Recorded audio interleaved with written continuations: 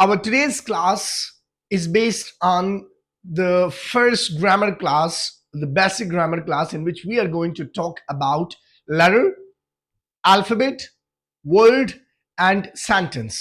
इन चारों चीजों के बारे में आज हम बात करेंगे. So let's talk about letter first. Letter क्या होता है? अंग्रेजी जुबान में लेटर एक खत को भी कहा जाता है, लेकिन ग्रामर की इस्तेलाह में लेटर का मतलब होता है कोई ऐसी अलामत जो हम लिखने में इस्तेमाल तो करते हैं लेकिन इसकी कोई मीनिंग नहीं होगी. अगर इसको हम इंग्लिश में ले ले तो ये तीन चीजें इसमें होगी. Number first, it will be a particular sample. Number second, it will be used in written form, and number third, it will be meaningless. अगर ये तीन चीजें इसमें आ गई तो इसको हम लेटर कहेंगे. Let's take an example. अगर हम बी को देख ले, बी एक लेटर है. क्यों लेटर है? क्योंकि ये एक सैम्बल है, और सैम्बल होने के साथ साथ ये लिखने में हम इस्तेमाल करते हैं, और लिखने में इसकी कोई मीनिंग, अगर हम इसको अलहदा किसी जगह पे लिख दे तो इस बी का कोई मतलब नहीं बनता. तो ये बन गया एक लेटर. इसी तरह सी ले ले, ए ले ले, डी ले ले, कोई भी, इसको हम क्या कहेंगे? हम लेटर कहेंगे. मैंने एक लफ्ज लगा लिया पर्टिकुलर सैम्बल. इस पर्टिकुलर सैम्बल का मतलब क्या है? पर्टिकुलर सैम्बल का मतलब ये होगा कि कोई भी सैम्बल हम नहीं इस्तेमाल कर सकते, बल्कि ये वो अलामत होगा जिसकी अपनी पहचान भी होगी. लाइक हम ए को बी नहीं कह सकते, बी को सी नहीं कह सकते, डी को ई नहीं कह सकते. इसकी अपनी एक अलग पहचान है, इसीलिए हम इसको एक पर्टिकुलर सैम्बल कहेंगे. सो लेटर के लिए तीन चीजें इंपॉर्टेंस रखती हैं. Number first, a particular symbol used in the written form and meaningless. ये तीन चीजें अगर किसी अलामत में आपको नजर आ गई तो इसको हमने लेटर कहना है. इसके बाद दूसरा बनता है अल्फाबेट. अब अल्फाबेट क्या है? बाज़ दफा जब हम स्टूडेंट्स से पूछते हैं तो वो यही जवाब देते हैं कि अल्फाबेट लेटर को कहा जाता है, ए बी सी को. But no, the answer is alphabet is the set of all the letters in a language in a fixed pattern. ये बात समझिए. A set of all the letters मतलब किसी भी जुबान में जितने भी हुरूफ, जितने भी लेटर्स होंगे, उन सबको मिला के हम उसे क्या कहेंगे? जब उसकी उनकी सेट बन जाएगी तो we call it an alphabet. और एक दूसरी इंपॉर्टेंट बात इसमें ये होगी कि इसको हम फिक्स पैटर्न में लिखेंगे, ए से लेकर जी तक. ऐसा नहीं होगा कि ए लगा ले, फिर डी लगा ले, फिर जी लगा ले, फिर एक्स लगा ले. No, it will they will just be group of letters. इसको हम फिर इनको फिर हम अल्फाबेट नहीं कह सकते. अल्फाबेट हमने इसको तब कहना होगा जब ये A B C D E F G इसी तरह एक्स वाई जी तक अगर हम चले जाए फिक्स पैटर्न में तो we call it an alphabet. तो अगर समझ जाए, हम अगर समझने की कोशिश करें, तो मैं अगर बात करूं उर्दू में, for example, I am just taking an example, I don't know exactly, लेकिन अगर उर्दू में 28 लेटर्स है और इंग्लिश में तो 26 है, हमें पता है, तो इन दोनों को मिला के ये बनता है राउंड अबाउट 54. तो हमने अगर इसको सेंटेंस में इस्तेमाल करना है तो हम इस तरह कह सकते हैं कि there are 54 letters in English and Urdu alphabets. अब ये इस एग्जांपल का मेरा मतलब क्या है कि क्या इंग्लिश में अल्फाबेट्स लफ्ज हम इस्तेमाल कर सकते हैं? तो द आंसर इज यस, लेकिन जब हम दो सेट्स की बात करेंगे, दो जुबानों के हुरूफ की बात करेंगे. अगर आपने सिर्फ इंग्लिश हुरूफ की बात करनी है तो इसको हमने सिर्फ और सिर्फ अल्फाबेट ही कहना होगा. हम इनके लिए फिर अल्फाबेट्स का लफ्ज नहीं इस्तेमाल कर सकते, क्योंकि अल्फाबेट एक सेट को कहा जाता है और एक सेट में बहुत सारी चीजें हो सकती है. जब ये सेट्स दो बन जाते हैं, जिस तरह के मैंने इंग्लिश के साथ उर्दू वाले हुरूफ मिला दिए, तो ये दो सेट बन गई. अब इस केस में मैं कह सकता हूं कि there are 54 letters in English and Urdu alphabets. अब इसके साथ इस लगेगा. चलते हैं नेक्स्ट, वी हैव वर्ड. अब वर्ड क्या चीज है? तो वर्ड की मैं थोड़ी डेफिनेशन कर दूं, फिर मैं आगे जाने लगा हूं. वर्ड क्या होगा इसके लिए पॉइंट समझते हैं. ये एक लेटर भी हो सकता है, ये ग्रुप ऑफ लेटर्स भी हो सकते हैं, लेकिन इन दोनों की कुछ ना कुछ मीनिंग जरूर होगी. अगर एक लेटर आ गया या ग्रुप ऑफ लेटर्स आ गए और उनकी कुछ ना कुछ मीनिंग, सम मीनिंग बन गई, तो we call it word. For example, let me take an example. मैंने कह दिया केट, जो बनता है CAT से.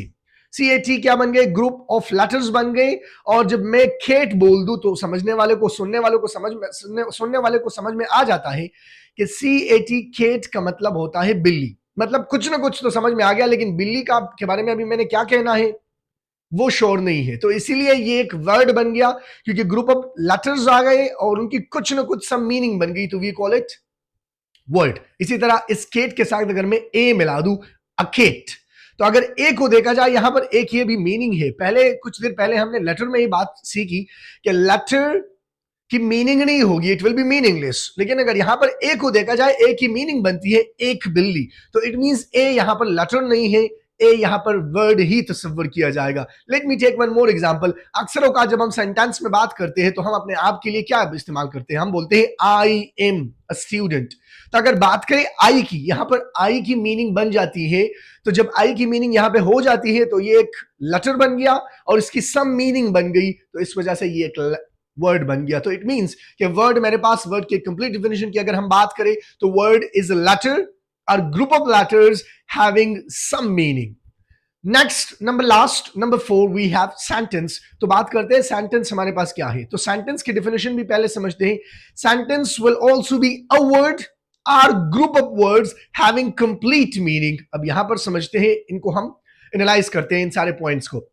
सेंटेंस एक वर्ड भी हो सकता है और सेंटेंस ग्रुप ऑफ वर्ड्स भी हो सकते हैं, लेकिन शर्त इसके लिए ये होगी कि इनकी मीनिंग क्या होगी, कंप्लीट होगी। Let me give you an example. मेरे पास एक ही वर्ड है, मैंने किसी बंदे को बता दिया गो, वो समझ जाता है कि गो का मतलब क्या है, गो का मतलब है जाना, चले जाओ। तो इट मींस ये एक वर्ड है, लेकिन उसको समझ में बात आ गई, कोई सवाल नहीं रहा उसके जहन में, तो it means this is a sentence. और इन उन अल्फाज को, उन सेंटेंसेस को जो एक वर्ड से बनते हैं, उनको हम इंग्लिश ग्रामर में वन वर्ड सेंटेंसेस कहते हैं। इसी तरह एक और एग्जांपल अगर हम वन वर्ड सेंटेंस की ले ले तो वो है रन। मैंने किसी को बता दिया रन, तो रन का मतलब क्या है कि दौड़ो। तो अब रन से पता चल गया कि स्पीकर का जो मतलब था वो सुनने वाला समझ गया, एक कंप्लीट मीनिंग समझ में आ गई, तो this is a one word sentence. एक और बात ऐड करता चलूं कि वन वर्ड सेंटेंस हमेशा वर्ब से ही बनेगा, ये किसी ये हमने किसी और लफ्ज से नहीं बनानी। ये वर्ब, जो वर्ब क्या होता है बाद में इस पे बात करेंगे, लेकिन वर्ब एक एक्शन वर्ब होता है जिसमें हम अपने बॉडी पार्ट्स को इस्तेमाल करते हैं। लाइक जिस तरह मैंने कह दिया गो, गो में बंदा बॉडी पार्ट इस्तेमाल करेगा, तो जिस भी अमल में बॉडी पार्ट्स की दखल हो जाती है तो we call that body part word, जिसमें हम बॉडी पार्ट इस्तेमाल करते हैं, और वर्ब। तो ये गो, रन, ईट, ड्रिंक, ये सारे के सारे वन वर्ड सेंटेंसेस भी है और ये वर्ब्स भी है। तो वर्ब वन वर्ड सेंटेंस बन सकता है, वन वर्ड सेंटेंस में कोई और चीज हम नहीं लगा सकते। तो सेंटेंस की डिफिनेशन हमने कुछ यूं की कि a sentence is a word or group of words having complete meaning. Word की एग्जांपल्स तो मैंने दे दी। Let's get into group of words. Group of words में मैं आपको एग्जांपल देने लगा हूं कि आसिम स्पीक्स इंग्लिश। अगर यहां पे बात करें, आसिम ग्रुप ऑफ लेटर्स है और इनकी इसकी कुछ ना कुछ मीनिंग है, तो आसिम बन गया एक वर्ड। स्पीक्स, इसका भी एक मतलब है बोलना, ये भी बन गया एक वर्ड। और इंग्लिश का भी मतलब है जुबान, अंग्रेजी जुबान की बात हो रही है, तो आसिम स्पीक्स इंग्लिश, ये बन गए ग्रुप ऑफ वर्ड्स। और इन ग्रुप ऑफ वर्ड्स की कोई कंप्लीट मीनिंग हमें समझ में आ जाती है कि आसिम इंग्लिश बोलता है, तो it means this is a sentence. तो अगर सेंटेंस की डिफिनेशन को मैं दोबारा रिपीट करता जाऊं तो sentence is a word or group of words having complete meaning, that is called a sentence. Let me repeat the lesson once again. आज के इस लेसन में हमने कौन कौन सी बातें डिस्कस की। सबसे पहले हमने बात की लेटर पर, जिसमें हमने जान लिया कि लेटर के लिए क्या क्या चीजें इंपॉर्टेंस रखती है। नंबर फर्स्ट, लेटर के लिए a letter will be a particular symbol used in writing and will be meaningless. उसके बाद हमने बात की अल्फाबेट की, जिसमें हमने दो पॉइंट्स ऐड कर दिए। Number first, an alphabet is a set of all the letters in a language। किसी भी जुबान के सारे हरूफ को मिला के और इनको हम अगर फिक्स पैटर्न में लिख दे तो वी कॉल दिम। इन सारे हरूफ को जब हम इकट्ठे मिला दे, ये एक सेट बन जाता है। इस एक सेट को हमने कहना होगा अल्फाबेट। नंबर थर्ड, हमने बात की वर्ड की, और वर्ड में हमने ये बात डिस्कस की कि word is a letter or group of letters having some meaning. ये कंप्लीट मीनिंग नहीं होगा, ये कुछ ना कुछ मीनिंग हमें प्रोवाइड करेगा। तो let's take an example. Word की एक एग्जांपल ले लेते हैं, जिस तरह मैंने पहले भी आपको दे दिया। पेंसिल अगर ले ले, पेंसिल ग्रुप ऑफ लेटर्स बन गए और इन ग्रुप ऑफ लेटर्स की कुछ ना कुछ मीनिंग बनती है, तो ये बन गया एक वर्ड। इसके साथ अगर मैंने ए लगा दिया, अ पेंसिल, तो ए यहां पर अब इसकी एक मीनिंग बन रही है एक, तो इसीलिए जब मीनिंग बन जाती है तो फिर ये लेटर नहीं रहता, ये फिर वर्ड बन जाता है।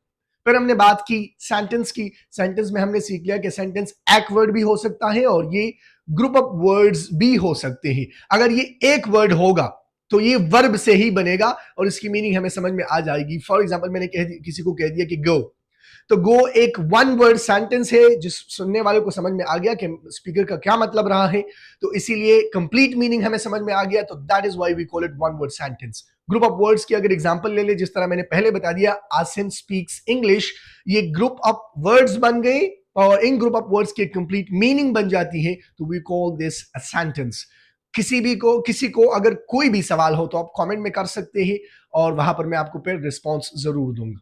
Thank you for watching the video and do subscribe the channel. And if you are watching me on Facebook, like, follow and share the video.